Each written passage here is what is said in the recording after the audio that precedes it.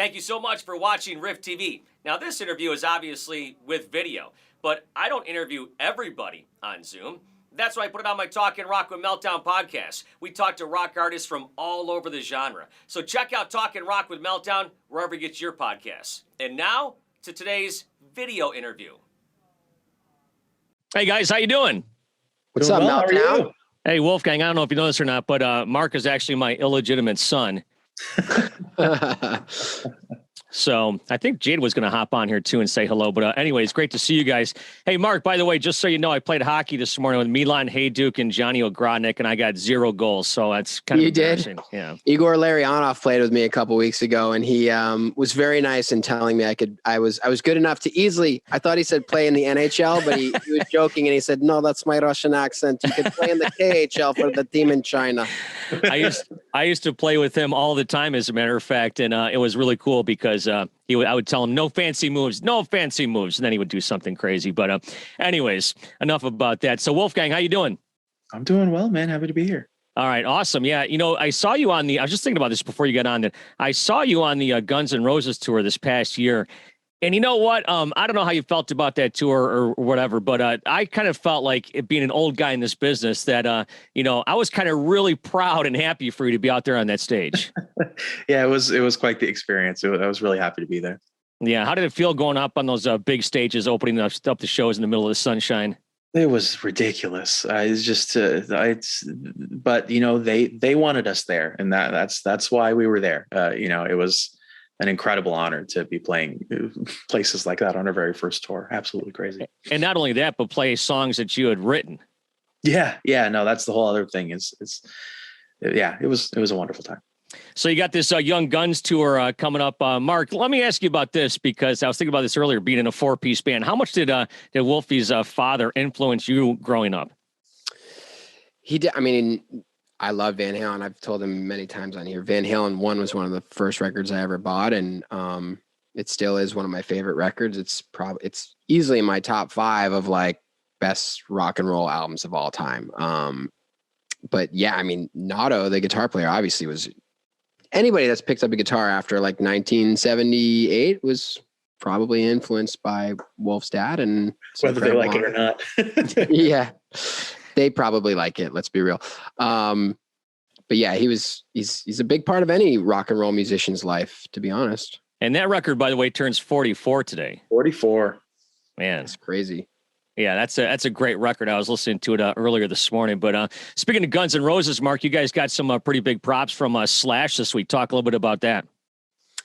Yeah, that's been crazy. I mean, he's been, one of the shining lights of my touring life was when he, you know, we'd been on the road with him a couple times, and we were in Cleveland actually, and he just turned to us and made a point to come in and just say how much he appreciates what we're doing. Keep going. Like, don't get discouraged, obviously. And I got a tune coming out with him in a couple weeks, I think, actually.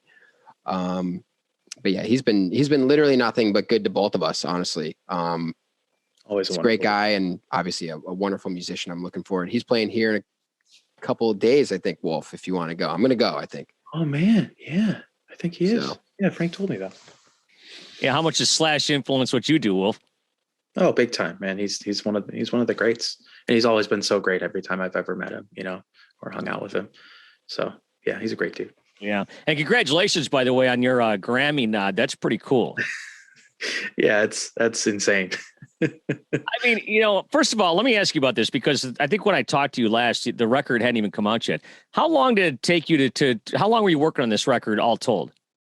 It probably took maybe 2.5 years between, from start to finish. I started in January 2015 and finished halfway through 2018. So I guess 3.5 years. Jeez. But it's not like we worked every single day. It was like over the course of maybe like 7 different couple week meetups. But yeah, so. The record is solid. I mean, I'm not just sitting there blowing smoke. That's a really good record. Thank you very much. Yeah, it's really cool. And then, of course, you got this Scorpions tour you're going to be hopping on as well coming up later on this year, huh? Very excited. I'm very excited to take Mammoth overseas. Nice. What was it like when you got on stage for the first time as like a front man? It was weird. It's so not, it's like doing everything for the first time again. Like you just kind of learn how to. You just got to learn how to walk, and you just got to do it. Thankfully, we had two small headliner shows before we played at the stadium in Hershey with Guns.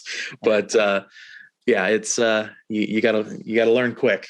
Wait a second. You only did a couple shows like in like small clubs before you went on that stadium tour? Our third show was at Hershey at the stadium there. Yeah. Wow, that's crazy. So in Detroit, that must have been what, like your 10th show or something like that? Oh yeah. Yeah.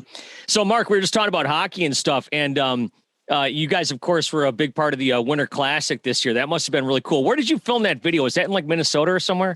Yeah, we went out to Duluth and filmed it on a frozen lake out there. And oddly enough, last week, or maybe it was the weekend before last, I went out to New York for Henrik Lundqvist's jersey retirement, where they played the Wild, wound up like with those guys at a club, and they were all like, "Oh my God, like we watched the video." It was like, this is crazy. Couldn't believe it. But they were all really good guys. Hockey guys are always awesome, but that was really cool to get some acknowledgement from current players that were like, can't believe you guys did that, Yeah. Wolf, you hear that? Their Prince cover? Oh yeah, it's so killer. I would have been terrified to play on a frozen lake. That's one, freezing, and also so cold. So cold. You could tell, Mark, that Wolf grew up in the sunshine, like unlike us. Yeah, well, I mean, it was even cold for me, and Justin is the only LA native, and he was like dying, but he was dying, but he kept it together. Yeah. And by the way, Dirty Honey, the record, I don't know if I've talked to you since it came out, but that's a stellar album as well. Mark, congratulations, man. Thanks, man. Yeah, it was a COVID baby for the most part. So yeah. Anything else that you're working on right now? We just did a little writing retreat out in Joshua Tree for a couple of days, and wrote some new music, and none of it's, I would say, finished and polished yet, but definitely inspiring to have some stuff to kick around, at sound checks, with this guy, and maybe he can lend an ear here and there, and hey, change that melody, change his lyric, whatever. Wait a second, you're talking about the guy that's over there? Yeah, of course. He got another brilliant musical mind, to kick ideas around with. So yeah. So Wolf, I was thinking about this earlier as I was listening to your record as well. What kind of writing sensibilities do you think that you garnered from your dad? And I know this is probably like a question you've probably heard before, but I was listening to some of like the breakdowns and stuff like that. Was there stuff that when you're recording this record, you're thinking, well, my dad would do this? Not really. He kind of just let me. And he never really policed anything I was doing either. If any time he was in the studio, he was just kind of watching, like a proud dad would be watching their kid at a soccer game sort of thing, just not wanting to intrude and just watch it happen. If anything, I made specific choices to sound more like myself and be honest to myself instead of be like, oh, this is what dad would do. But there are certainly things I do every day, even in conversation and playing and writing, that I'm like, oh man, dad would have done that. Yeah, no, the record is fantastic. And like we were just talking about, you're going on tour with Scorpions later on this year. And I see, Mark, you guys are playing Hellfest with like 875 other bands. Yeah, right. Are you on that one too, Wolf? Probably. Yeah, I know, right? Yeah, that's the one in France, I think. Yeah, I'm really excited. I mean, when this whole just this musical journey started, I really was just trying to get over to Europe because I knew that that's a very passionate rock audience, and I definitely toyed with the idea of just moving to like London for a few months to just see if you could get anything going. And now to have success here first is really cool because it wasn't expected, and I'm definitely excited to get over there. That was a big goal, and I've heard nothing but amazing things about the crowds there. So, oh yes, we are actually Hellfest. We will be there. Oh, nice. See you there. Yeah, I think I've talked to most of the bands playing Hellfest. It seems like there's tons of them. Yeah, it's like every rock band on the planet is going to be there. It's going to be crazy. Hey, now, Wolfie, you've never played a festival, right? No, not one of the. I mean, we've. I think what we did was it Aftershock we did last year. But none of the we haven't taken Mammoth overseas, so that's going to be very exciting. Oh yeah, so that's going to be with the Scorpions, right? That's that tour overseas. Mm-hmm. And we just announced a show in Holland with opening for Gary Clark and Guns N' Roses, which is going to be amazing. Yeah, that's going to be really cool with the family and stuff, right? Yeah, I'm very excited. I've actually connected with some distant family members that I'm excited to actually meet. It's going to be cool. Well, that's pretty cool. Well, we're going to wrap things up here, but the Young Guns tour comes here on March 23rd.